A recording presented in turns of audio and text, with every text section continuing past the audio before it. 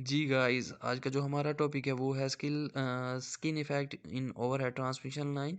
तो बेसिकली ये skin effect होता क्या, हम लोगों ने कई दफ़ा पढ़ा होगा या कहीं से सुना होगा, या जो ओवरहेड ट्रांसमिशन लाइन में वर्कर काम कर रहे हैं, इंजीनियर्स काम कर रहे हैं, उन्हें पता होगा कि स्किन इफ़ेक्ट होता क्या है।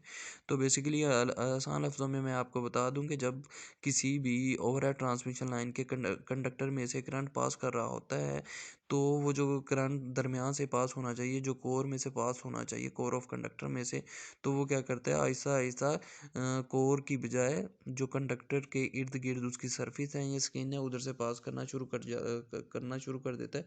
जैसे कि ये मैंने कंडक्टर एक बनाया हुआ है, तो आपने देखा है कि कंडक्टर का जो सरफेस है या उसकी जो साइड वाली स्किन है, उधर से ज़्यादा करंट पास हो रहा है और सेंटर से वो डिप्लीशन हो गई है। कंडक्टर और करंट इधर से ज़्यादा नहीं पास कर रहा और साइडों से पास करता है। तो ये क्यों ऐसा करता है, तो उसके बारे में हमने नीचे डिटेल में लिखा हुआ है कि ऐसा क्यों हो रहा है। तो बेसिकली ये जो है एसी सिस्टम में ज़्यादा होता है स्किन इफ़ेक्ट, और डीसी में ये नहीं होता। और ये इसके बारे में हम नीचे डिटेल में बताएंगे कि डीसी में क्यों क्यों नहीं स्किन इफ़ेक्ट होता और एसी सिस्टम में क्यों होता है। तो हमने देखा है, आगे हम चलते हैं। हमारे पास जो है, अगर वोल्टेज सेम हो, जैसे हमने 220 केवी लिया है एंड 400 केवी या 132 केवी, तो हमने देखा है वोल्टेज जो हमने लिया हुआ है वो सेम लिया हुआ है। ठीक है, एक यूनिफॉर्म वोल्टेज है। तो उसमें फिर क्या होगा, हमें पता है कि आई इज इक्वल टू क्या होता है, वी ओवर आर होता है, या V I is inversely proportional to, हमने देखा है रेजिस्टेंस होता है, और यहाँ आई इन्वर्सली प्रोपोर्शनल इम्पीडेंस है, जिसे जेड से डिनोट करते हैं। ये मैंने लिखा हुआ है I inversely proportional to G. G is a type of resistance. तो हमने क्या देखा हुआ है, अगर तो वोल्टेज हमारा यूनिफॉर्म है, यानी कि सेम है किसी भी ट्रांसमिशन लाइन का, तो बेसिकली ये फिर जो हमारा करंट है किस पे डिपेंड कर रहा होता है, हमारी इम्पीडेंस पे डिपेंड कर रहा होता है, कि अगर इम्पीडेंस वेरी करेगी तो करंट वेरी करेगी। यानी कि अगर इम्पीडेंस ज़्यादा होगी तो हमारा करंट कम हो जाएगा, और ये जो है सेंटर से आउटसाइड पे डिप्लीशन, सेंटर से डिप्लीशन शुरू हो जाएगा और आउटसाइड पे ये जाता जाएगा। तो अब हम आ जाते हैं कि जो हमारा करंट है I is equal to inversely proportional to impedance है। तो मैंने बता दिया है कि अगर इम्पीडेंस बढ़ेगी तो करंट कम होगा, और इम्पीडेंस कम होगी तो करंट डेफिनेटली बढ़ेगा। उसके बाद हम आ जाते हैं कि जो हमारा इम्पीडेंस है वो क्या होता है, वो है आर प्लस एक्सएल। तो आर हमारे पास इधर क्या है, वो है रेजिस्टेंस है, और एक्सएल क्या है, हमारे पास रिएक्टेंस है। तो आर जो है हमारा, इसमें क्या है, वो एक यूनिफॉर्म क्वांटिटी है जो हम निकाल लेंगे कैलकुलेशन से वोल्टेज और करंट की। तो उसके बाद हमारा जो रिएक्टेंस है उस पे आ जाते हैं। रिएक्टेंस क्या है हमारे पास, एक्स एल इक्वल टू क्या होता है, रिएक्टेंस जो है 2 पाई एफ एल। ये हाँ, हम लोगों ने अपनी फिजिक्स वगैरह में या इंजीनियरिंग की बुक्स में पढ़ा होगा। जो हमारा रिएक्टेंस इज इक्वल टू होता है 2 पाई एफ एल। तो हमने देखा है 2 पाई भी जो है वो भी कांस्टेंट वैल्यू है। यहाँ तो ये फ्रीक्वेंसी चेंज होने की वजह से हमें जो है रिएक्टेंस में डिफरेंस आएगा, यहाँ हमारा इंडक्टर की वजह से। तो ठीक है, एल इजिकल टू एल जो है वो हमारा इंडक्टर है, अगर वो वेरी करेगा तो क्या है, हमारा जेड भी वेरी करेगा, और हमारा आई विल आल्सो, आई जो है करंट वो भी वेरी करेगा। तो अगर हमारा एफ़ है, तो हमने देखा है हमारी जो कंट्रीज़ हैं इधर साउथ एशिया में, तो उधर क्या है, फ्रीक्वेंसी हमारी 50 हर्ट्ज़ एक कांस्टेंट फ्रीक्वेंसी होती है। तो ये भी एक यूनिफॉर्म क्वांटिटी होगी। तो बेसिकली जो हमारा रिएक्टेंस है वो वेरी तब होगा अगर हमारा एल जो है इंडक्टर जो है वेरी कर रहा होगा। तो तो हमने देखा है कि अब नीचे आ जाते हैं। ये देखें, resistance is equal to rho L over A. हमने देखा है कि इसमें भी सारी वैल्यू जो हैं अगर यूनिफॉर्म हो, बेसिकली ट्रांसमिशन लाइन में ये यूनिफॉर्म होती हैं, तो हमारा जो इम्पीडेंस है आर प्लस एक्सएल, यानी कि रेजिस्टेंस प्लस रिएक्टेंस, तो आर जो है यूनिफॉर्म है, तो उसके वेरी होने के कोई चांसेस नहीं है। जो रिएक्टेंस है वो वेरी होगा तो जेड वेरी होगा, और आई फिर वेरी हो जाएगा। तो उसके बाद हम आ जाते हैं नीचे। हमने देखा है ये जो साई का साइन है, जिसे हम मैग्नेटिक फ्लक्स लिंकेज कहते हैं, वो इक्वल टू होता है एन फाई। फाई जो है हमारा मैग्नेटिक फ्लक्स है। पहले मैं बता दूं मैग्नेटिक फ्लक्स होता है क्या, पहले जब हमारा करंट जो है, करंट आई पास करता है किसी भी कंडक्टर से, तो उधर उसके इर्द गिर्द जो है मैग्नेटिक फील्ड डेवलप हो जाती है। मैग्नेटिक और मैग्नेटिक फील्ड जो है वो जब किसी कॉइल से गुजरती है तो वो क्या हो जाता बना देती है, मैग्नेटिक फ्लक्स बना देती है, जिसे हम फाई भी कहते हैं। तो फाई ये हम मैंने लिखा हुआ है फाई, ठीक है। तो उसके बाद क्या होता है, ये जो हमारे पास साई का साइन है जिसे मैग्नेटिक फ्लक्स लिंकेज कहते हैं, वो इक्वल होता है एन यानी नंबर ऑफ कॉइल्स हो गया, और फाई जो है हमारा मैग्नेटिक फ्लक्स है, ठीक है। तो अब उसके बाद हम आ जाते हैं इंडक्टर की तरफ, L is equal to N phi by I. तो हमें पता चल गया एन जो है नंबर ऑफ कॉयल हो गया, फाई जो हमारे पास है मैग्नेटिक फ्लक्स हो गया, और आई जो है कंडक्टर हो गया। तो एन फाई की जगह हमने देखा है कि जो हमारे पास मैग्नेटिक फ्लक्स लिंकेज है इक्वल टू एन फाई है, तो एन फाई की जगह हमने क्या डाल दिया, magnetic flux linkage and Sai का साइन डाल दिया है। तो हमें इधर से पता चल रहा है कि अगर साई जो है वो वेरी करेगा तो आई डेफिनेटली वेरी करेगा।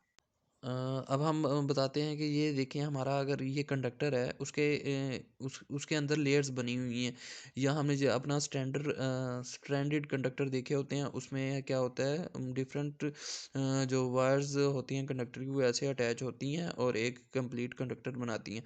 तो बेसिकली हम पहले देख लेते हैं, ये हमारा कंडक्टर है, इसमें डिफरेंट लेयर्स बनी हुई हैं। जो सेंटर वाली लेयर है उधर जो हमारे पास हाई होगा वो हाई होगा, और जो हमारा आउटर साइड पे है स्किन की तरफ है या सरफेस ऑफ कंडक्टर की तरफ उधर सही है वो लो होगा।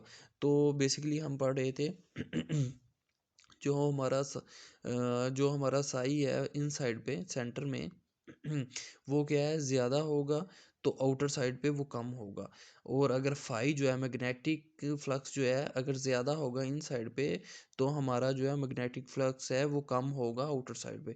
और इंडक्टेंस जो है वो अगर ज़्यादा होगी इनर साइड पे, तो हमारा क्या होगा, जो इंडक्टेंस जो है आउटसाइड पे वो कम होगी। अगर हमारा रिएक्टेंस जो है वो ज़्यादा हो जाएगा, तो हमारा जो आउटसाइड पे जो रिएक्टेंस है वो ज़्यादा होगी, और जिसकी वजह से इम्पीडेंस भी ज़्यादा होगा, तो इम्पीडेंस आउटर साइड पे कम होगा। और हमने देखा है अगर हमारा इम्पीडेंस जो है वो इन्वर्सली प्रोपोर्शनल टू आई है, अगर हमारा इम्पीडेंस इनर वाली लेयर में ज़्यादा होगा तो इनर वाली लेयर में हमारा करंट जो है डिप्लीट हो जाएगा, बहुत कम हो जाएगा। तो हमने देखा है कि अगर आउटर लेयर पे हमारा जो इम्पीडेंस कम है, तो it's mean inversely proportional to I है, तो आई जो हमारा ज़्यादा करंट जो है ज़्यादा हो जाएगा। तो हमने देखा है तो हमने देखा है कि हमारी जितनी भी लेयर्स हैं किसी भी कंडक्टर के अंदर, तो उसमें क्या होता है वो सारी की सारी लेयर्स जो है मैग्नेटिक फील्ड अपने इर्द गिर्द बना रही होती हैं। सेंटर पे क्या होगा, मैग्नेटिक फ्लक्स ज़्यादा हो जाएगा उसकी वजह से, जब हमारे इन साइड पे जो मैग्नेटिक फील्ड है उसकी वजह से मैग्नेटिक फ्लक्स बनेगा, तो वो जो है मैग्नेटिक फ्लक्स लिंकेज जो है वो बहुत ज़्यादा हो जाएगा हमारे सेंटर में, और आउटसाइड पे बहुत कम हो जाएगा। तो उसकी वजह से क्या होगा, हमारा इनर साइड पे जो करंट है वो कम हो जाएगा या मिनिमम हो जाएगा, और आउट साइड पे वो ज़्यादा हो जाएगा करंट। उसके बाद आ जाते हैं कि हमारा जो स्किन इफ़ेक्ट है वो हमारा जो डीसी हमारा सिस्टम है उसमें क्यों नहीं इफ़ेक्ट करता, तो स्किन इफ़ेक्ट उसमें क्यों नहीं होता। तो हमने देखा है कि जो हमारा इम्पीडेंस है वो इक्वल होता है रेजिस्टेंस प्लस हमारा एक्सएल है रिएक्टेंस के। तो हमने देखा है कि एक्सएल इज इक्वल टू होता है 2 पाई एफ एल। तो हमने देखा 2 पाई तो एक कांस्टेंट चीज़ है, एल अभी हमने कंसीडर अभी करना है, तो एफ जो है हमारा जो फ्रीक्वेंसी है वो ज़ीरो होती है इधर। तो हमने देखा है कि अगर ज़ीरो पुट करें तो हमारा एक्सएल इक्वल टू ज़ीरो हो जाएगा, और ऊपर इम्पीडेंस में एक्सएल की वैल्यू ज़ीरो पुट करें तो हमारे पास जेड इक्वल टू आर यानी जेड इक्वल टू हो जाएगा रेजिस्टेंस के। तो ठीक है, ये हमारे पास एक नाउन वैल्यू आ जाएगी जो चेंज नहीं होगी, तो इसलिए डीसी में स्किन इफेक्ट होने के चांसेस ही नहीं है। उसके बाद आ जाते हैं हम डिसएडवांटेजेस की तरफ के स्किन इफेक्ट के डिसएडवांटेजेस क्या क्या कितने हैं और कैसे होते हैं और क्या हैं। तो सबसे पहले हमारा इफेक्टिव रेजिस्टेंस जो है इंक्रीज हो जाएगी। आपने देखा जब हमारा ग्राउंड आउटसाइड पे चला जाएगा तो ठीक है, तो क्या होगा, हमने फार्मूला पढ़ा हुआ है R is equal to rho L over A. तो जो आउटर साइड का उसका एरिया है वो कम हो जाएगा, जो इफेक्टिव हमारा करंट कैरिंग एरिया है वो कम हो जाएगा। तो एरिया कम होगा तो हमारा रेजिस्टेंस उधर आउटर सरफेस पे बढ़ जाएगा, तो क्या होगा, इफेक्टिव रेजिस्टेंस इंक्रीज हो जाएगी, जिससे क्या होगा, हमारे लॉसेस स्टार्ट हो जाएंगे। तो सबसे पहले क्या होगा, कॉपर लॉस इनवर्स इंक्रीज हो जाएगा, जिसकी वजह से कॉपर लॉस इंक्रीज होगा, और कॉपर लॉस इंक्रीज होने की वजह से हीट लॉस की वजह से जब हीट लॉसेज इंक्रीज हो जाएंगे तो हमारी एफिशिएंसी डिक्रीज हो जाएगी, और वोल्टेज ड्रॉप जो है वो भी डेफिनेटली इंक्रीज कर जाएगा, और हमारी वोल्टेज की परफॉर्मेंस कम हो जाएगी। उसके बाद आ जाते हैं फैक्टर कौन से इफेक्ट करते हैं हमारे जो है स्किन इफेक्ट के ऊपर। तो सबसे पहले जो है सप्लाई फ्रीक्वेंसी, जो फ्रीक्वेंसी है वो इस पर इफेक्ट कर रही होती है। अगर हमारी फ्रीक्वेंसी ज़्यादा हो जाएगी तो हमारा जो स्किन इफेक्ट है वो भी ज़्यादा हो जाएगा, वो स्किन इफेक्ट भी ज़्यादा हो जाएगी, क्योंकि जब हम रिएक्टेंस का फार्मूला देखते हैं, एक्सएल एक्सएल जो है 2 पाई एफ एल जो है, तो हमने देखा है कि अगर हमारी इधर फ्रीक्वेंसी बढ़ेगी या इंडक्टेंस बढ़ेगी तो हमारा जो है रिएक्टेंस भी बढ़ेगी, जिसकी वजह से क्या होगा, हमारा जो है स्किन इफेक्ट भी बढ़ जाएगा। तो हमने देखा है कि फैक्टर इफेक्ट कर रहे हैं, सबसे पहले फ्रीक्वेंसी इफेक्ट कर रही है, तो फ्रीक्वेंसी ज़्यादा होगी तो जो हमारा है स्किन इफेक्ट भी बढ़ेगा, अगर कम होगी तो स्किन इफेक्ट भी कम हो जाएगा। तो डायमीटर ऑफ कंडक्टर अगर हम बढ़ाएंगे तो स्किन इफेक्ट भी बढ़ जाएगा डेफिनेटली, क्योंकि ये आउटर साइड पे जाता जाएगा और अंदर से वो हमारा जो कंडक्टर है वो यानी कि खाली हो जाएगा कंडक्टर से, उसकी वजह से इंडक्टेंस वगैरह की वजह से, और इम्पीडेंस की वजह से हमारा जो है करंट जो आउटर लेयर की तरफ एकमुलेट हो जाएगा। तो क्या होगा कि अगर हमारा डायमीटर ऑफ कंडक्टर बढ़ेगा तो हमारा स्किन इफेक्ट भी बढ़ेगा डेफिनेटली। और आ गया नेचर ऑफ मटेरियल, और रिलेटिव परमिबिलिटी भी इफ़ेक्ट करती है। सबसे हम देख लेते हैं रिलेटिव परमिबिलिटी क्या है, ये क्या करती है, कंडक्टर ये कंडक्टर को क्या करती है, to form more magnetic field. जब मोर मैग्नेटिक फील्ड हम पैदा होगा तो डेफिनेटली वो जो है हमारा जो स्किन इफेक्ट है वो भी उस पर असरअंदाज होगा। तो आ जाते हैं टाइप्स ऑफ कंडक्टर। तो हमारे डिफरेंट टाइप्स ऑफ कंडक्टर भी इफेक्ट करते हैं। अगर तो हमने देखा है होलो कंडक्टर लिया हुआ है तो उस पर क्या होगा, बहुत कम, उस पर जो स्किन इफेक्ट नहीं होगा। तो उसके बाद हम देखेंगे अगर सॉलिड हमारे पास कंडक्टर होगा, यानी कि सिंपल अटैच्ड जिस पे स्ट्रैंड नहीं होंगे, तो उसमें क्या होगा, हमारा स्किन इफेक्ट ज़्यादा होगा। उनको कम करने के लिए हमने देखा है दूसरी टाइप क्या है, स्टैंडर्ड टाइप, जो जैसे ACSR वगैरह कंडक्टर हैं उनमें क्या है, स्किन इफेक्ट जो है वो कम इफेक्ट करेंगे और सॉलिड में ज़्यादा करेंगे। अगर हमने अब देखें नंबर 5 पे है जो है, अगर हमारा टेम्परेचर ज़्यादा होगा तो हमारा स्किन इफेक्ट भी ज़्यादा होगा।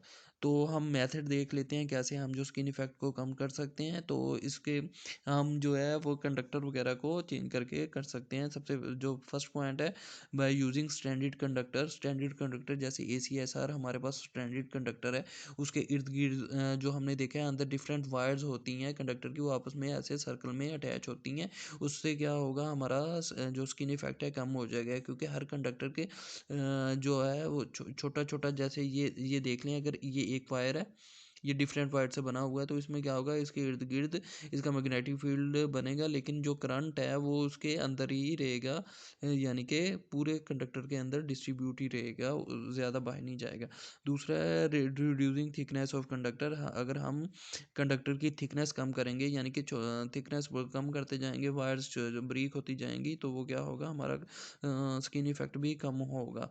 यूजिंग हॉलो कंडक्टर, जैसे हमने देखा है बस बार पे या कोई छोटी ये बहुत छोटा जो सिस्टम है उसमें हमने देखा हॉलो कंडक्टर लगे होते हैं, उसमें भी स्किन इफेक्ट नहीं होते, ये बहुत कम यूज़ होते हैं। बेसिकली हम जो है स्टैंडर्ड कंडक्टर जिसे जैसे ACSR ज़्यादा यूज़ करते हैं, और जिसमें क्या होता है, स्टील उसके इनर कोर में होता है, जिससे उसकी कॉस्ट और स्ट्रेंथ, जो कॉस्ट है वो कम हो जाती है और स्ट्रेंथ बढ़ जाती है। होप आपको स्किन इफेक्ट एक अच्छी तरह समझ आया होगा।